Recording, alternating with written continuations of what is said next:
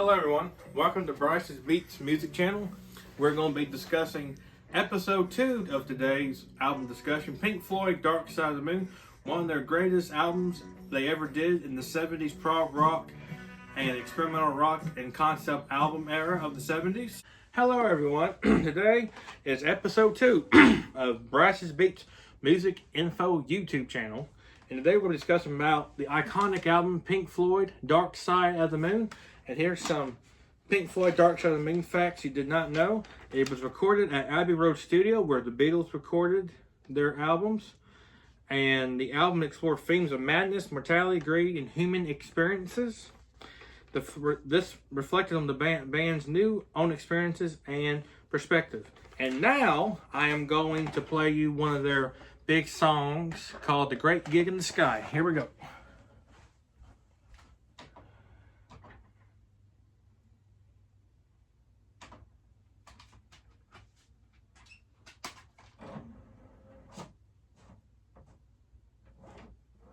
Here we go.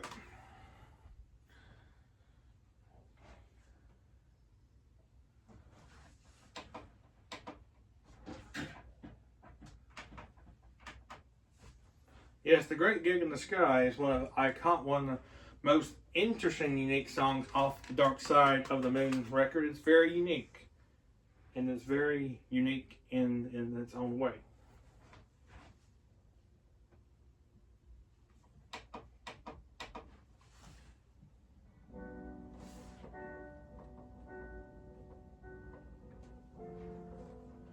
Yes, this song is an iconic song by Pink Floyd. Let's listen to this intro. It's very unique.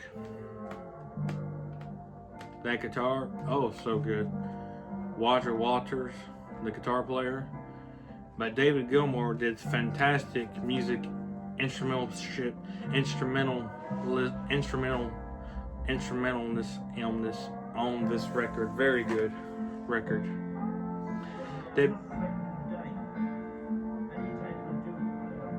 Yes, this is a fantastic album with so many songs like Time, Eclipse, Us and Them. The saxophone player and saxophone solo is incredible. A fantastic album.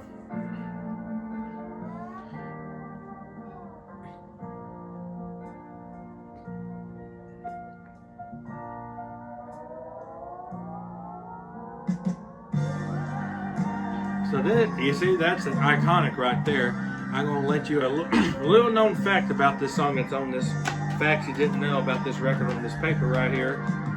And let's stop it right there. So the fact that you did not know about this was The Great Gig in the Sky vocals was improvised by vocalist Clara Torrey. By Clara Torrey. And the thing was, when she did that song, she did not get as much money or profit off that song by the band, and she sued Pink Floyd, the band. She sued Pink Floyd later on after not getting so much money for it, and later on she did get recognized and a lot more profit off it than she did when the record was out in the 70s. But later on, she sued Pink Floyd for not getting so much profits or copyright or money shipped from it. So she did later on finally win that lawsuit, actually. That's a little interesting known fact about that song, actually. And the album achieved massive commercial success, becoming the best-selling albums of all time and holding the record of the longest time on the Billboard chart. That's probably one of the greatest rock albums that was on the Billboard Chart 100 for the longest time in the 70s, in the late 1970s. It's a fantastic album. I love it. And I was going to play you a song from it on the drum set. So here we go. Here we go.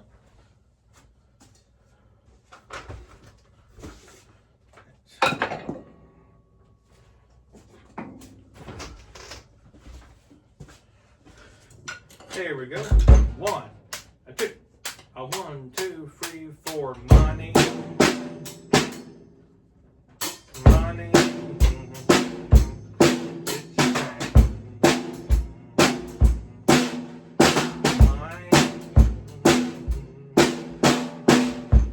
And the great gig in the sky drum beat is an excellent drum beat.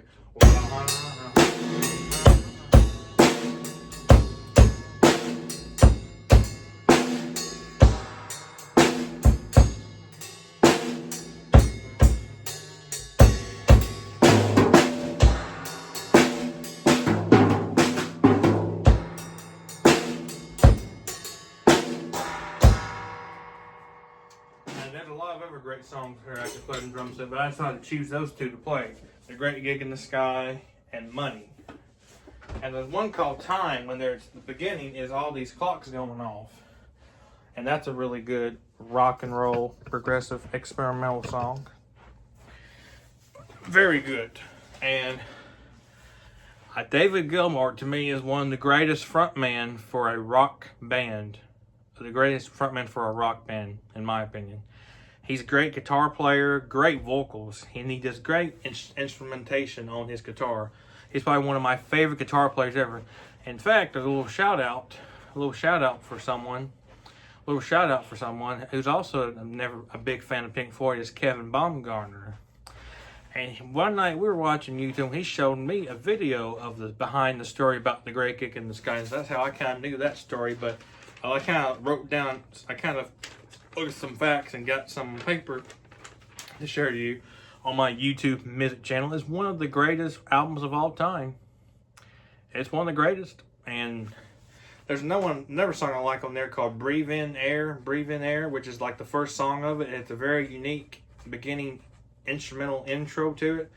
There's another one I like on there called Eclipse. That's the last song on the record. On the record. That's a really unique song. And what was the other one?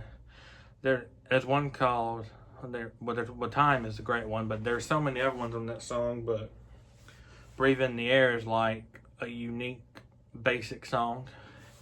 There's so many great songs on that album. It's probably this is one of the best ones they ever did.